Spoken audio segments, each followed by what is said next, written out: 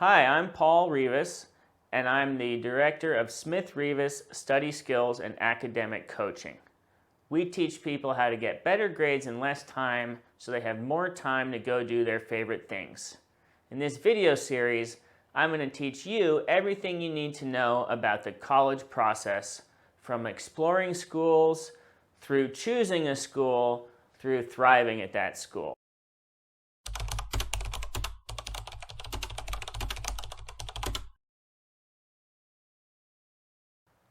How do you start exploring colleges?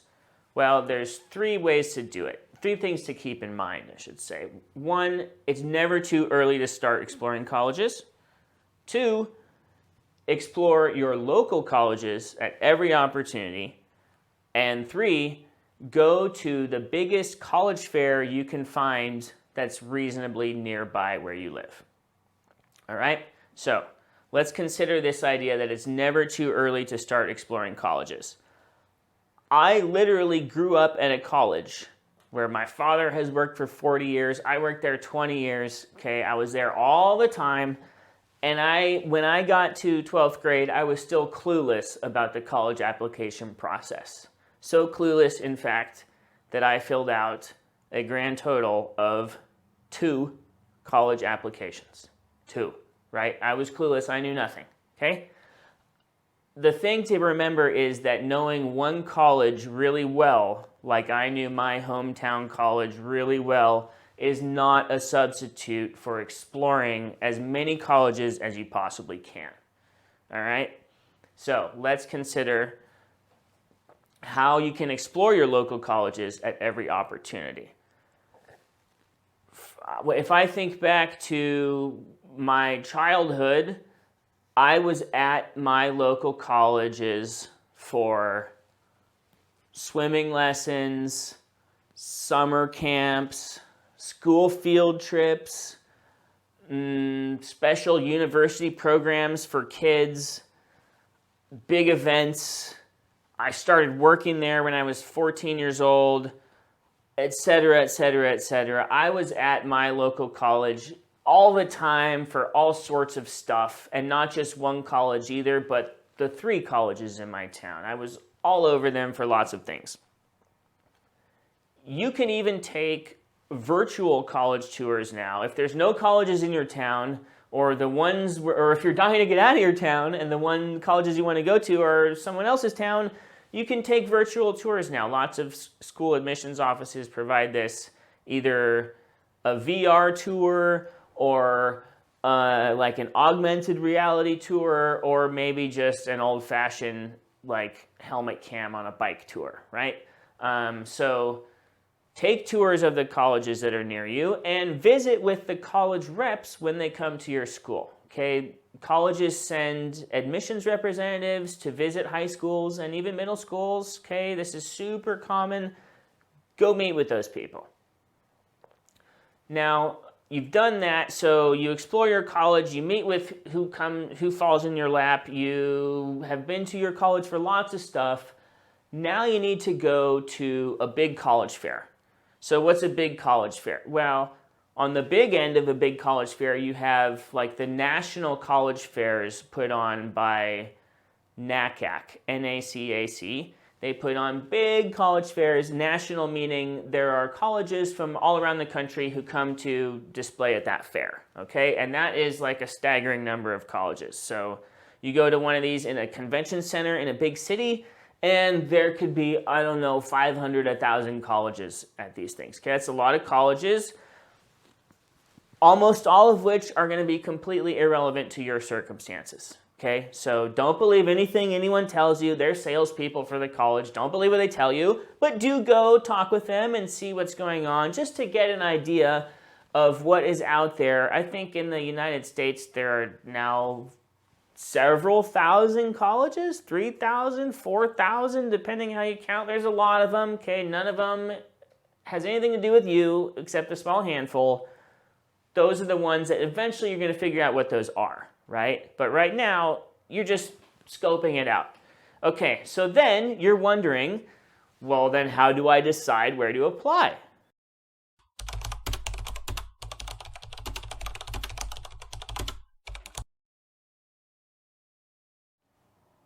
how do you decide where to apply for college? Well, think of these three things first. Are you super excited to go there?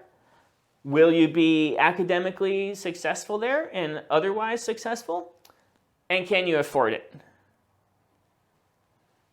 So, are you super excited to go to this college that you're considering applying to? Why are you so excited about it? Is it its geographic location? Is there a significant family connection that you might have? Do they have specific programs at this college that you are really excited about? Those are reasons that you might be excited to go to some college. But you want to keep in mind that when you're 17 or 18 and deciding where to apply to college, 4 years is a long time, a big chunk of your life at that age. And what seems awesome when you're 17 might not be that awesome when you're 17 and a half, right? So you want a range of colleges. We're going to talk about this. All right, so are you going to be successful at this college that you like it for those reasons we just mentioned? You like the geography, all your family went there, they have this super cool thing you want to do, but can you be academically successful there? By that, I mean, how does your ACT or SAT score compare with the school's 25th to 75th percentile range scores for students who go there? Meaning, if your score is in the 75th percentile, then that means 3/4 of the students at your school did worse than you on the ACT or SAT, okay? That's probably what you want to aim for. Probably. Maybe, mostly. Because then you get more opportunities, right? So the opportunities go to the better students. Test scores are not a prediction of your student performance, but they are a prediction of who the other students will be. So keep that in mind. You want to be at the 75th end, then more so than the 25th percentile end. So maybe that works out for you. You found a college, you love it. It's in the wheelhouse academically. You're in the 70th, 80th percentile, okay? But can you afford this college? Things you should think about include, are you going to have debt when you graduate from this college? How much money can you reasonably expect to make, right? Like, there's places to look this stuff up, right? There's the federal labor statistics. You can look up, what can I make doing any job out there, right? And what kind of degree do I need to get it? Are you going to go to grad school? If you're going to go to grad school in a field where you have to pay, such as medicine or law or business, you might have lots of educational expenses in your future. Maybe you want to go to a less expensive college. You have younger siblings coming behind you. Maybe, they're going to maybe need to go to college, right? So can you afford this college? Now, if you're not sure yet, if you're not sure if you can afford it, are you okay with getting in, but then not being able to go? If you're going to find that emotionally crushing, then don't apply, right? Don't apply if you're going to be crestfallen if you get into this school, but you can't find a way to pay for it, all right? Okay, so now you're saying, I'm excited, I get it. When can I apply for college?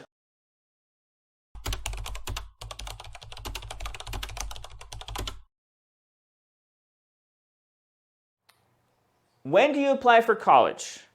It depends on the type of application you're doing, but you want to write your college application late summer before 12th grade. And no matter what, finish all your applications by Thanksgiving.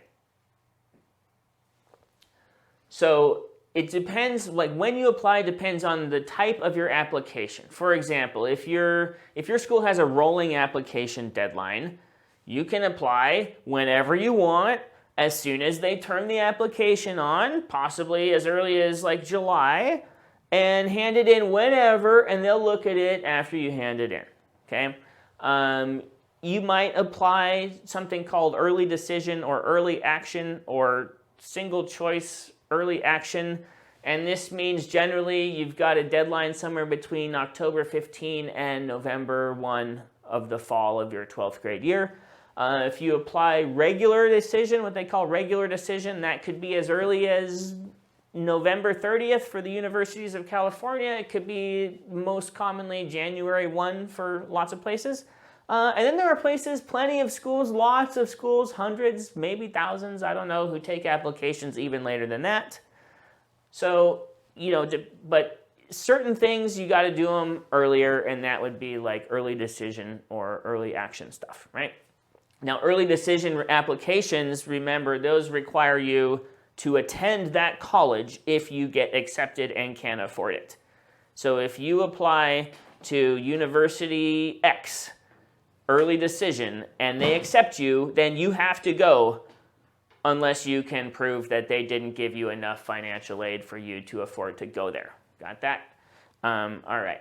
So now when are you going to do this? You're going to write this late summer before 12th grade starts. You're going to get almost, if not all of it done before 12th grade starts, right? Right. Okay, now what does that include? Well, you've got all like the basic info, like, name, address, parents, that kind of thing. You're going to describe how you spent your time in high school, so your activities, okay, usually up to 10 or so. You're going to write some essays. You'll probably have to write at least one essay. You could have to write as many as like 20 essays, believe it or not. And you're going to include a couple forms by your teacher recommenders and your counselor, but you're not going to see those. They're going to handle that on their end. And then you've got a space to tell the college anything else that you want to tell them, more or less. So how do you approach this work? You've got to decide what message you're trying to convey to the college before you begin the writing in earnest, right? You have to know what message you want them to receive. The readers can only remember 2 or 3 things about you. What 2 or 3 things do you want them to remember? And then you hammer on those 2 or 3 things throughout your application so that there is one cohesive message that the college readers can understand, and that is, if we take this student, we're getting this, this, and this. Right? Figure out what those things are before you write your application. That way, you can let your teachers who are recommending you know what message you're trying to convey, and they can further reinforce that message in their recommendations or complement it. Finish everything by Thanksgiving, okay? Please finish everything by Thanksgiving. The beginning of December is full of tests in school, in high school. There's always a whole round of unit tests right before winter break. So you don't want to be having to prepare for a test every night in the 2 weeks leading up to your application deadline. You don't want to have to be writing it over winter break when you'd rather be doing something fun. And the closer you get to the January 1 deadline, the worse your application is going to be, because you're going to start to get concerned and possibly stressed out about what it's going to look like, okay? Worse than all that is having to do that work close to the deadline, during break, after an exhausting round of tests, after you just got deferred or rejected from the colleges you applied to in the early decision or early action period. That is a terrible feeling. That's why we want you to get everything done by Thanksgiving before you hear from your early round colleges in the middle of December. Yeah? So now that you know, you know a little bit about the application process, you can envision yourself applying to, say, half a dozen or a dozen colleges that fit your criteria. Now you're wondering, this sounds awesome, but how will I choose where to go? How am I going to choose a college to go to?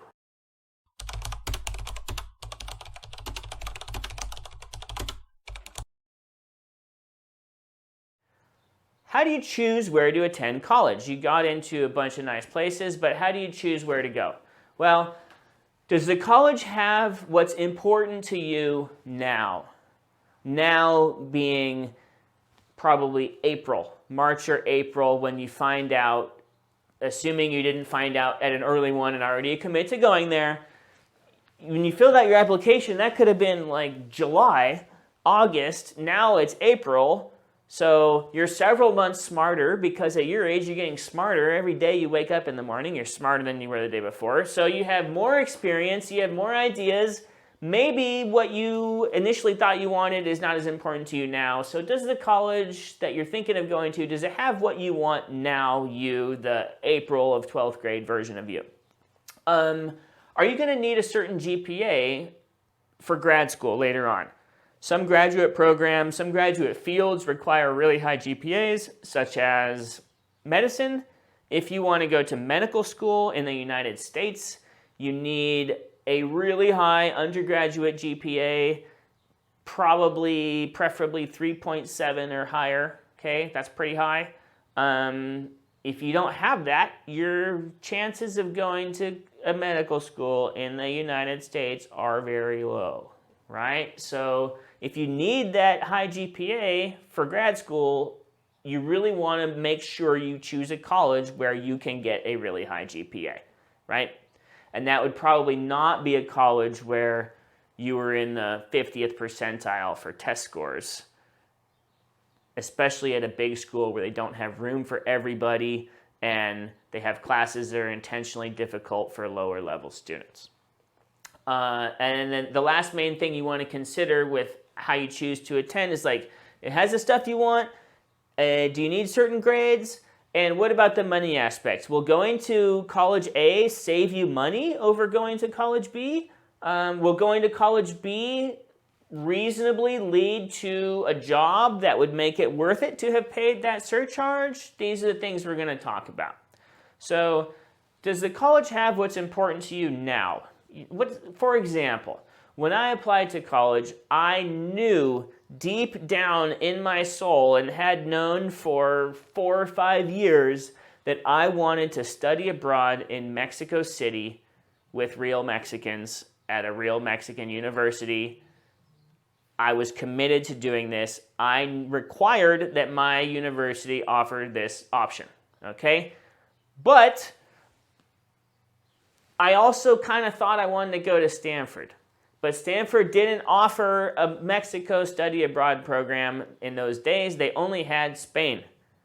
That was one of several deal breakers for me with Stanford, but that was one that was like super important to me, right? In a way that I felt very strongly and that I could understand. Whereas perhaps another reason I didn't go to Stanford was the cost, and that I had a fuzzier understanding of because, I was an 18-year-old who at that time had only ever made $8 an hour, and I couldn't really fathom the cost on a useful level.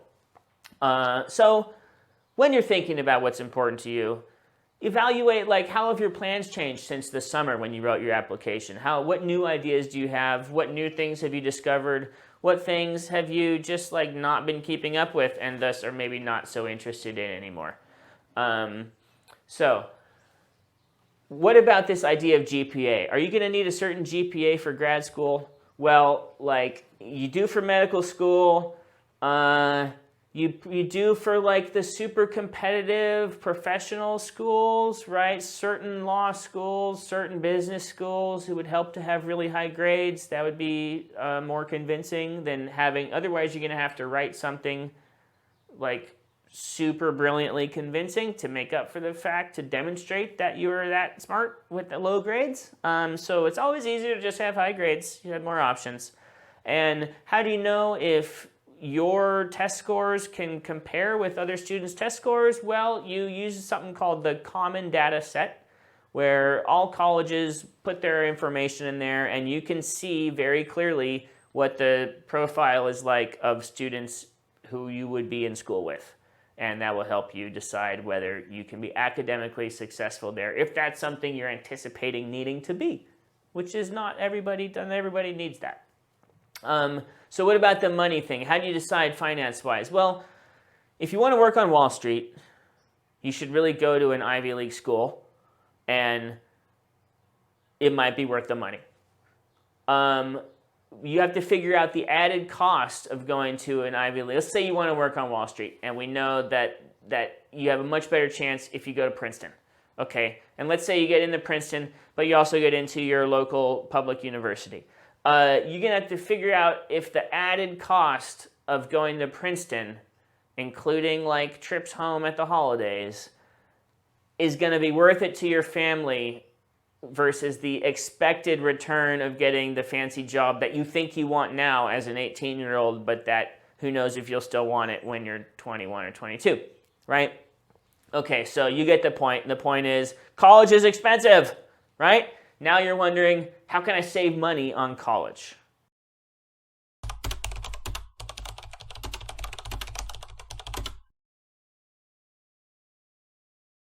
How can you save money on college? It's simple and it's fun. You work 10 hours a week.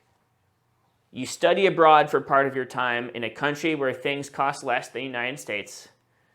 And you use your great study skills to graduate early. Sweet. So how's that work? Okay, you work 10 hours a week. Every first-year student has time to work 10 hours a week, okay? If you work 10 hours a week for 4 years, at $10 an hour, then you've saved, about 12 grand after 4 years. Awesome, okay? Maybe you get $15 an hour. Maybe you go to college in DC where the minimum wage is nearly $15 an hour. And then you're making, then you've got 18 grand at the end of 4 years of college, right? So do you want to graduate college or do you want to graduate college with 15 grand in your pocket, right? Which one sounds more appealing, okay? So that doesn't even count summers, right? What about summers? If you do nothing but work over the summers, you could finish college, oh my gosh, you have 25 grand, right? That'd be awesome, and that's pretty rare, right? So you want to look for jobs that are going to help you build skills relevant to your career goals. A job is a job is a job, and money is money, and that's fine, but some jobs, in addition to paying you money, they might pay you in meaningful experience relevant to your career that will help you advance and make a living wage at something you really are excited to do. So look for jobs that kind of align or that you can at least connect to your longer term employment goals. So study abroad, so you work a little bit and then you're going to study abroad, okay? So study abroad for 6 months or more in a country where life costs less than in the United States, which is pretty much everywhere, okay? You're going to save money on rent in those places, and you're also going to save money, well, you could potentially, if you were resourceful, save and patient, and had a lot of tolerance for bureaucracy, you could even save a ton of money on tuition by directly enrolling at a foreign university for a semester or two rather than paying your host university to shepherd you to the foreign university. Okay, almost every country has cheaper housing and cheaper college than the United States. And college-wise, cheaper often means free. So you do all that and you come back and you're like, oh my gosh, this is so awesome. I just studied abroad in country X for 6 months. It was rad. Okay. Now I have all these ideas about the world and I just want to be done with school and go kick butt in life. Okay. So how can I graduate early? Well, study skills, right? Study skills. You take one extra class per semester and you can finish a semester early. And you could do that after returning from study abroad, depending on when you go, right? You finish a semester early, you just saved yourself one whole semester in tuition. If you're wondering what that is, well, take a look at some of the colleges that interest you. It's probably somewhere between $5,000 and $25,000, something like that, for finishing one semester early just by getting better grades in less time and taking one extra class per term for 3 or 4 terms. All right, so now you can totally see yourself getting your money's worth in college and having an awesome time, and you're starting to think that you're going to have some big, awesome life there.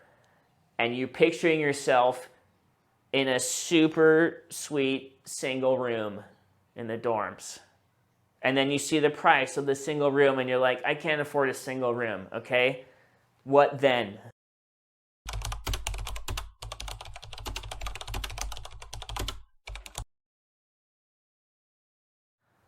You're wondering what it's like living with roommates. It's simple. It sucks. Okay? Too bad. Find value in the interesting differences that you have with your roommates and see the sucky roommate experience as an opportunity to get good at living with roommates, which will save you tons of money in your single life after college through your 20s, 30s, 40s, however many years you think about living alone versus living with randos. It will save you tons of money if you get good at living with randos, all right? So, it sucks, true, but it probably doesn't suck as bad as my friend Bubba's dorm situation at UC Berkeley. He was a transfer student, Santa Barbara City College to UC Berkeley. He got put in a room intended for 2 freshmen. He got put there as a grown-up, a 20-something-year-old, okay? And they slammed 3 people into the room, all right? So you've got my 250-pound friend Bubba. You've got a 6'8" guy, okay, in a room intended for 2 18-year-olds, okay? And then you've got a third guy, okay, who's only 170 pounds, but is a gnarly porn addict, okay? Roommates suck. You should be out exploring anyway. There is no terrible roommate situation that lots of people like Bubba didn't have to endure before you. You'll be fine. Just go out and explore your college, okay? So if you come home and you get stuck in the room with these people, say it's a snow day, all right? You got to find value in your interesting differences with them, okay? My roommate in college, my first roommate ended up being an astrophysicist, okay? So I learned a lot about that for a couple years, okay? Until I thought I knew it all. Then I switched roommates, and that roommate was a frat dick, all right? So I had no interest in Greek life, but darn if I didn't learn a lot about Greek life living with that guy, right? He knows who he is. So you never know when your roommate's interests are going to come in handy for you, right? I thought that suffering my frat dick roommate was just building character. In fact, it was educating me on how the nuances of Greek life and what it really means to be in a third-tier fraternity.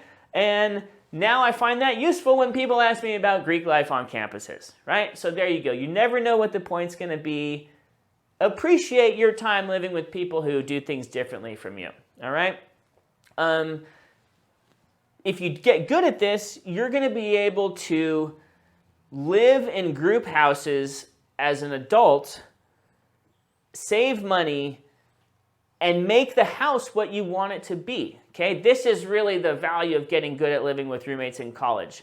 If you can somehow help your roommates be better roommates and figure out what to you means, what being a good roommate means to you, then you get good at picking roommates and you can make an awesome group house where everybody is inspired and inspiring and it gets super fun. This is real. You can do this if you get good at dealing with different kinds of people, all right? So maybe you're thinking, okay, but I'm not too worried about that. I get along with everybody. How am I going to make friends?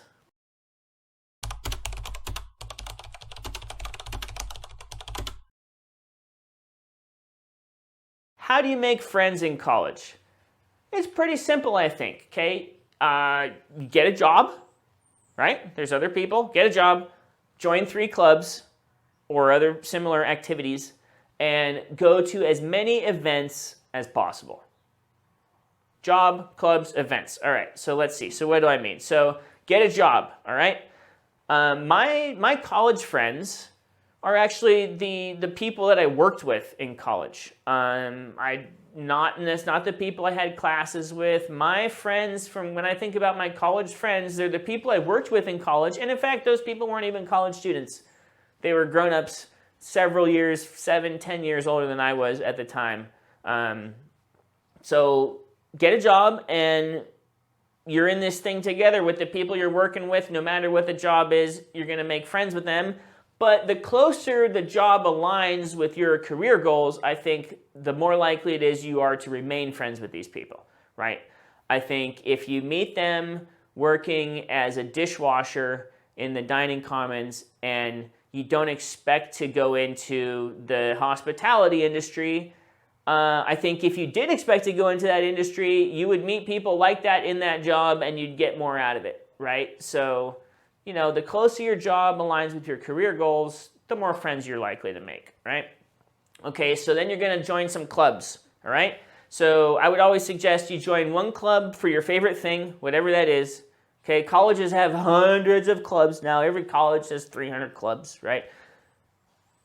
One for your favorite thing, one for a thing you've always wanted to try, and one wacky new thing, all right? So thing to remember about joining clubs is, don't be afraid to get super into it. You're like, oh, wow, do I really want to be this? Do I really want frolfing to be this big part of my life? Maybe I do, right? Don't be afraid to get super into it.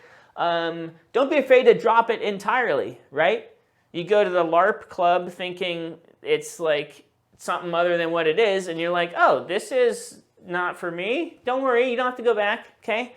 And then don't be afraid to try some weird stuff, something that sounds silly and a waste of time to you, because whatever weird thing sounds stupid to you at your college, there are 100 people who are super into it and know more about it than you ever could, and it's fun to learn from those people, all right?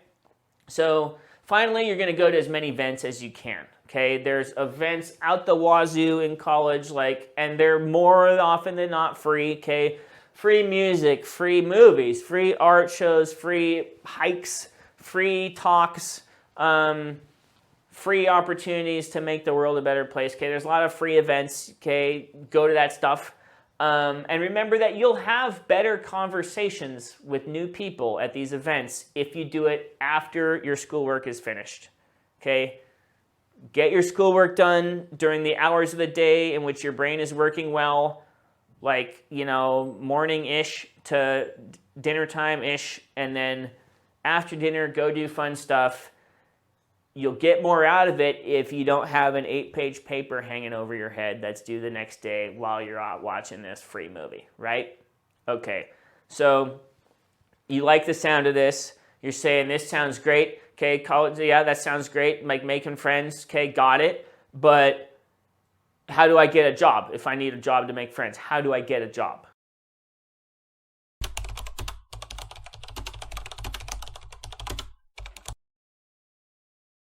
How do you get a job in college? First, update your resume at the very beginning of summer, after you graduate high school, and at the very end of summer, right before you pack up to go to college. Make friends with people who have jobs, right? So the friends, when you're sniffing out friends, find people who have jobs. Make friends with those people. And most importantly, in the college environment, and this sounds insane, be prepared to apply 6 months ahead of time. Seriously, you'll see why. So, update your resume the day after you graduate high school, and then go work, get a bunch of awesome jobs, as many as you can that summer, and then update your resume again right before you pack up to go off to college. You're going to be too busy doing fun stuff once you get onto campus. So being on campus in the first 3 weeks of your freshman year is no time to be trying to update your resume. You want to show up with a polished resume, and then you'll run circles around the other students who maybe haven't even had jobs yet, right? So you're going to make friends with people who have jobs, because then they can recommend you for a position if one becomes available at their place of work, right? You're going to hear them talking about their job, because what else are they going to talk about? And you're going to say, oh, that sounds pretty fun, or that sounds like a place I could get my homework done for $10 an hour. And then, boom, you got the inside track, right? Making friends with people who have jobs will also assure you that you have plenty of time to work 10 to 20 hours a week as a college student. Anybody who tells you otherwise, they're either lying to you or they're afraid, okay? But in college, there's almost no schoolwork. Seriously, look it up. And you have time to work 10 to 20 hours a week, and you need money, right? Every college student needs money that their parents don't know they have for various things. Okay, so you want to be you're going to have your awesome resume. You're going to get some jobs, make your resume even more awesome, so that when the time comes to apply for one of these sweet jobs on campus, you are ready to go. And by that, I mean the most demanding, high-paying, prestigious jobs on campus have lengthy application processes, like the year before you apply to do something the next school year, right? So you apply for something in March that's going to run from September through May, for example. This is super common. Okay, the best jobs, they're all like that, and those jobs are not available to first-year students. So don't think you're going to get some awesome high-paying job in your rookie year. You're not. But if you do a great job at a regular job, then you've got people on campus who say, hey, this person is really good, and then boom, someone else on campus might be more inclined to pay you something like $18 an hour to teach study skills to a group of undergraduates, which is what my university used to pay the study skills instructors who I hired to be peer teachers, right? So it's pretty good. Now, so you're going to go get a job. You're going to get a job. It's going to be great. And you get in this job, and you're wondering, yeah, I like it here, but I really want like more guidance. Like I want to get as much as I can out of this awesome job. How do I find someone to mentor me?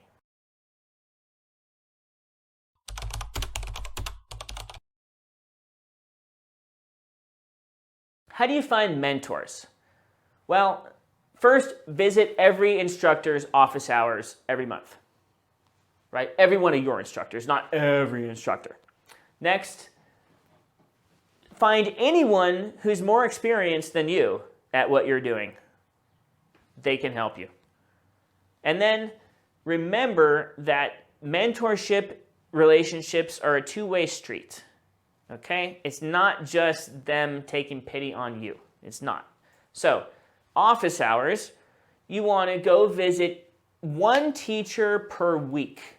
Okay? So, let's say you've got 4 teachers. You want to go pick one teacher each week and go visit them in their office for 10 or 15 minutes. Okay? One a week, and that's going to average out to about, you see every teacher every month, more or less.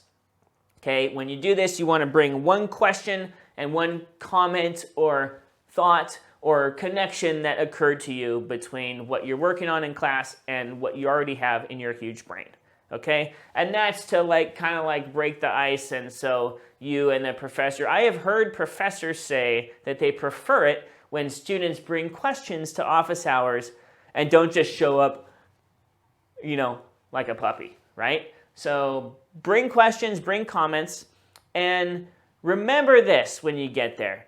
Life is about making friends with old people, okay? The old people have the money and the jobs that you need, okay? You're going to need friends of all ages, older than you. Make friends with people, particularly the old ones. Professors make good old people friends. Anyone more experienced than you can mentor you, okay? So talk with the older students on your floor. Talk with the students who are in your first-year student classes because they failed them the year before. Talk with the graduate student teaching assistants that you may have if you go to a larger school. Talk with your supervisors at work.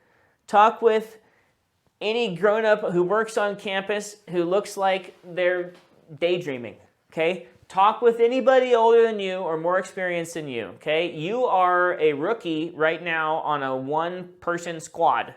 Okay, you need to grow your squad with veterans, okay? Go find people who know more than you do, okay? College is full of those people, all right?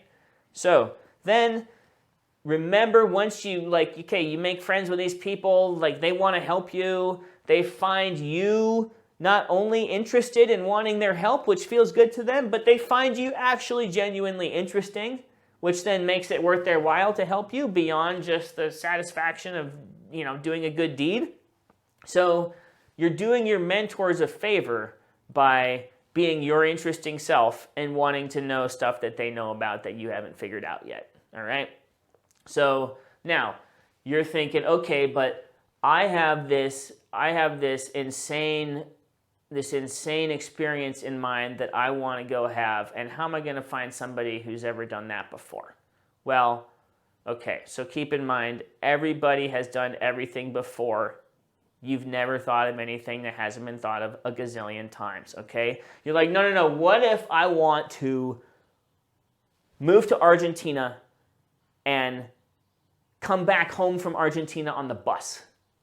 And I want it to take 4 months. I want to spend 4 months riding buses from Argentina to the United States. What then?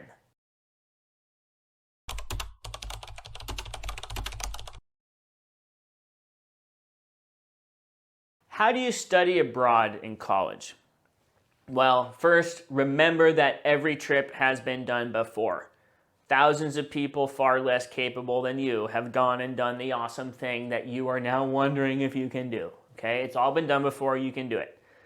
You want to prioritize studying with locals, meaning if you're going to country X, you want to take classes with people who are actually from country X. Yeah?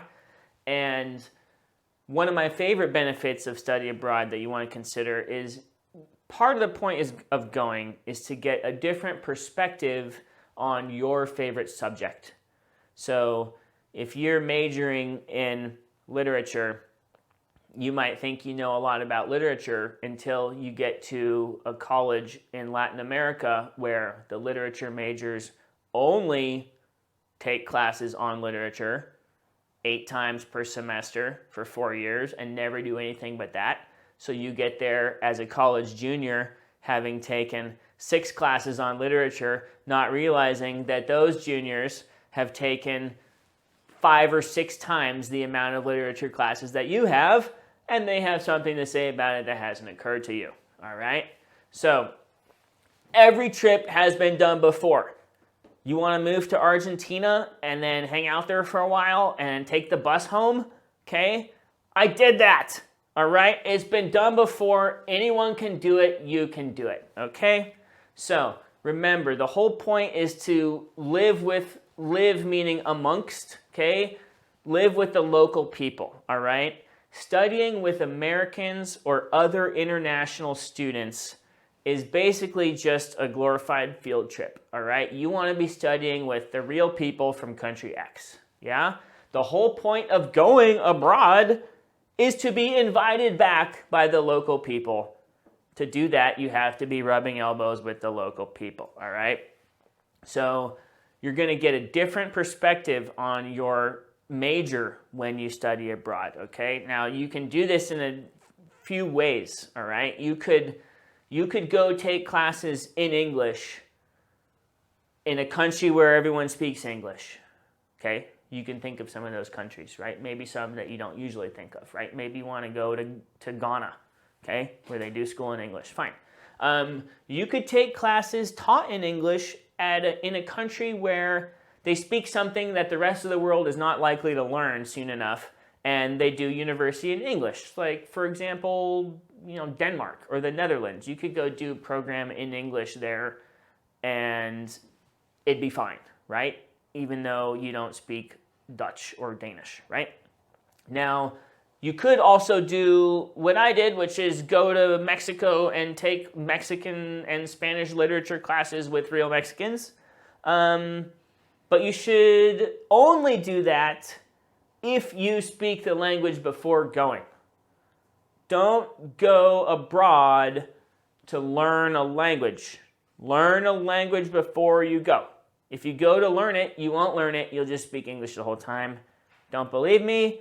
Ask anybody who ever went to Spain for a semester or France for a semester without being a fluent speaker first. So, that sounds good. Study abroad. What doesn't sound good about study abroad, right? It's awesome. I think it's one of the greatest ways to add value to your college experience, okay? Another really great way you might be wondering about, research. What if you want to do research as an undergrad?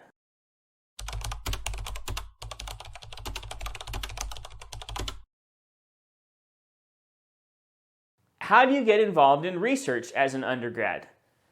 Well, one way, there are actually study abroad programs whose emphasis is research. Okay, they focus on research. That's cool. That's one way to do it. If you don't want to do it abroad, or maybe you want to spend your time abroad doing other things, then take a look at your home university's undergraduate research website, okay? Most schools, any school that's going to encourage or at least be open to undergraduate research, they're going to have some website summarizing the various ways you can get involved. Take a look at that. And then, perhaps most importantly, and perhaps first, go knock on the doors of your cool professors and see what they're working on. So the study abroad programs that focus on research, there's a couple. Some of them, that's all you do is research. And when you do those, you're probably going to be with other Americans. So that would not be my preference. Others of them, there's a significant research component that is optional and available to you on top of your regular classes. That's what I would probably encourage you to gravitate toward, right? You want to be with the local people, but again, college is almost nothing to do schoolwork-wise, so you're going to have time, so don't be afraid to get involved in research, even in another country, all right? When you're looking at the options available to you at your home college campus, take a look at the website, and you have to understand that what's on the website, the research listings, okay, that's not all of the research jobs that are available. Those are just the jobs that somebody could be bothered to post to the university research jobs website, right? So ask every professor who's doing something interesting to meet with you. How do you know if they're doing something interesting? Well, read their bio, right? Read their webpage. If they're doing cool stuff, ask to meet with them, just to hear more about it and how they got involved. Maybe you want to do it, maybe not, depends what it is, but you got to start somewhere. So you're gathering information. Go start with the professors that you can put your finger on after class, right? So knock on their doors, and if they're cool, then they're probably working on something cool and that might interest you, right? So give that a try. Remember, you might be like, oh, but they're a professor. I'm just a freshman. I don't know anything. Okay, never underestimate your professor's interest in getting free help, okay? Every professor has to raise their own money. Okay, money's hard to come by. Who wouldn't love to have a bilingual American just back from a year abroad doing research for free on their linguistics project, right? Piece of cake for them, good deal for you, right? Okay, so you love research. You did the research. You had an awesome experience. You worked on some really cool thing for a year. Maybe even got your name published on a paper. Oh my gosh, that's a big deal, right? Does that mean you should go to grad school?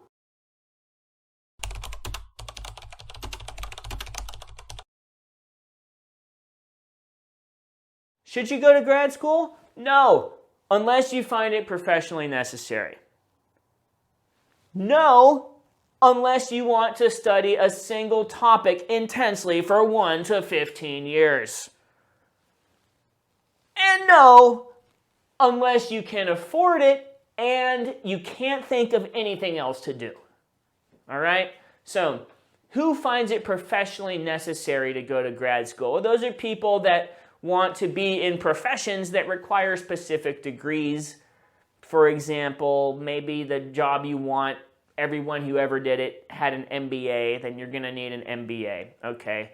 Maybe in your state, you have to have gone to law school to be a lawyer, right? Okay, well then if you want to practice law in that state, you're going to need to go to law school, okay? Maybe you want to be a doctor, right? You need to go to med school if you're going to be a doctor in this country. That's how we do things, okay? So all those kinds of professionally necessary graduate programs, those are the kind that you have to pay for out of pocket.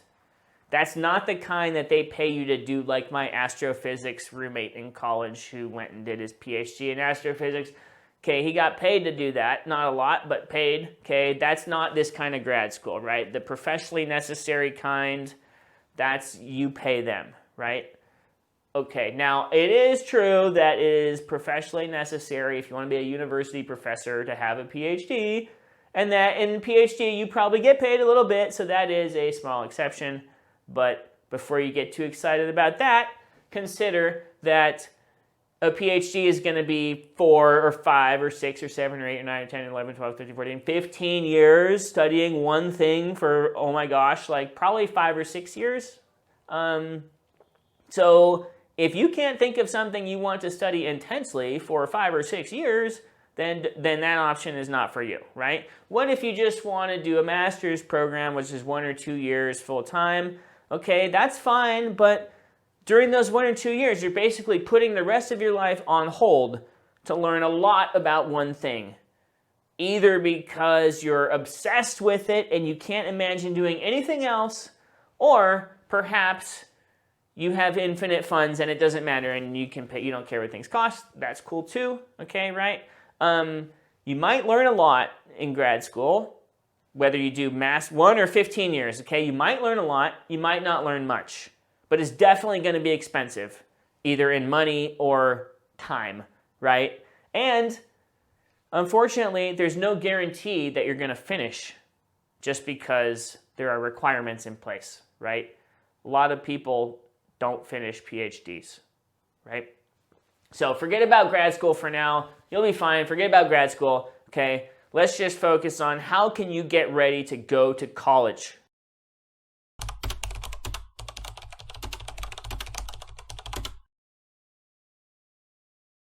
How do you prepare to actually attend the college you've chosen to attend to? Once you know you're going, you send in your deposit and you sign the thing and okay, you're going to college X. All right, get pumped. What do you do? Well, explore the physical campus thoroughly. Pay extreme attention to all college-related materials the school sends you, especially in the summer before you go. And tell all the local to that area, friends of friends that you have there that you would like to meet up. All right, so exploring the physical campus thoroughly, that's I think, that's a super fun thing to do, right? If it's close, you go bike all over the campus. Like if you're going to college in your own town like I did, summer before you go, you bike all over that thing, figure out where everything is, right? I did the same thing at my high school. The summer before 9th grade, I rode my skateboard all over San Marcos High School, figuring out where everything was, okay? That seemed like a good thing to do to me. I don't know. Maybe that's why I'm sitting here now, okay? If your college is too far away, use Google Street View, right? Go cruise around your college using Google Street View and see what the place looks like. See if you can navigate it, right? Also, study the map, okay? Study the map.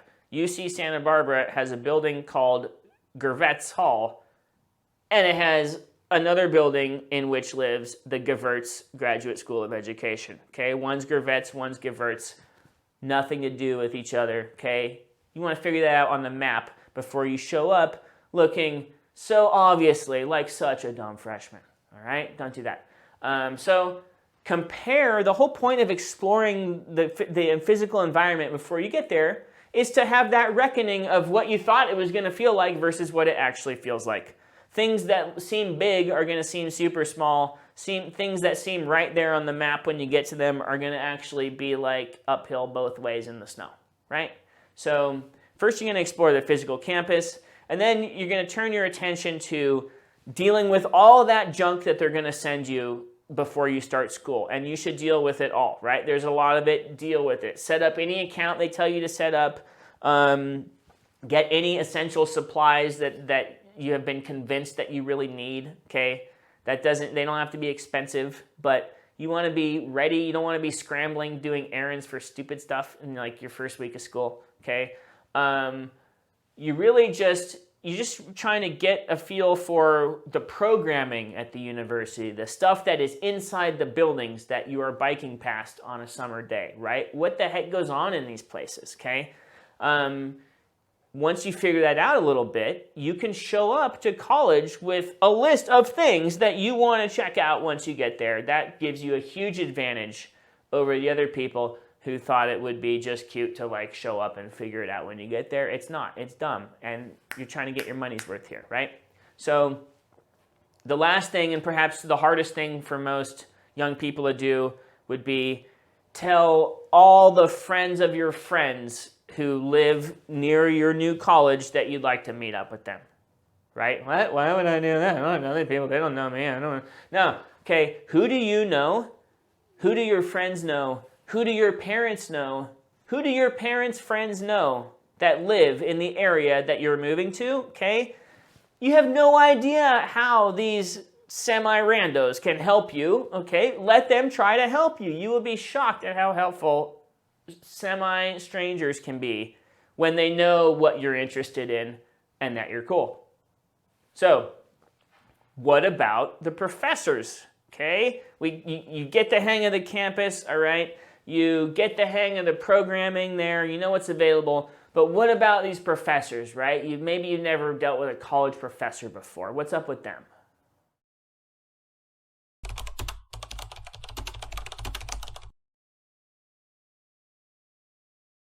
Who works at colleges anyway? Basically, almost nobody you meet is a professor. What? I thought colleges had professors. They do, but they also have every other job under the sun, okay? Colleges are like tiny cities, all right? They need people to do lots of different jobs, okay? One of those jobs is called professor, and there's not that many people who do it relative to some of the other jobs, all right? Mostly you're going to be dealing with staff. Those are people who work at the college who are grown-ups but are not professors, okay? So you're going to get to know all the adults in case you ever need their help. You're going to get to know them before you need their help, all right? So basically, no one you meet is a professor, okay? You're going to meet lots of students. You're going to meet some grad students if your college has graduate students. You're going to meet the regular people who pay their rent by working at the college. Okay, you're going to meet something called lecturers. They might look like professors. They're not professors. They're lecturers. Lecturers just teach. They don't have to do research, right? And they often don't get to stay for more than 3 years, okay? And then you've got the professors. The professors are the happiest because they're the hardest to fire, right? That's why being a professor is a sweet job. Okay, so mostly you're dealing with staff. Okay, you may have 4 or 5 professors in a semester, but you're going to probably have to deal with 40 different other adults in your, week-to-week college life in the course of a semester. Okay, these are people like the advisors within the college, within your greater college, the advisors in your major office, the adults who supervise the older students who supervise your dorm floor. The people who work in the student health center, the counselors, the psychological service people, the people who make accommodations for help facilitate accommodations for like extra time on tests or other materials, right? Okay, you are doing these people a favor by going and asking for their help. They show up to work every day because there's a 1 in 10,000 chance that someone might give them a heartfelt thank you. That's why they go. If you do that for them, you are then helping them feel good about helping you the next time with the bigger thing you need help with. So, there's tons of jobs, and by tons of jobs, I mean like stuff you wouldn't believe is a job, okay? My college, there was a job that was this: sit on the roof of the library and count the airplanes that go by. Okay, that's a sweet job. Don't you want to know who does that job, right? Wouldn't you want that job? Okay, there's a job. I saw a dude whose job was walk to every bulletin board on campus and pull out decades worth of staples out of the cork. Spent the whole summer doing this, okay? That's an interesting job, right? Who would do that? Don't you want to know that guy, right? There's people who get paid to book big performers to come do shows for students. That's a fun job, right? There's people who get paid to run the university bike shop. I mean, there's tons of fun jobs. Pretty much anything that you would want to do in the real world, somebody is doing on some scale at the university, and they would be happy to have you tag along. So the weirder the job, the better. Go meet the adults at your college. The value of college is everything that's not the school piece, okay? The school piece, you can get it free at the public library or on YouTube. The relationships and the connections you make at the college with ideas and people, okay, that's what college is about.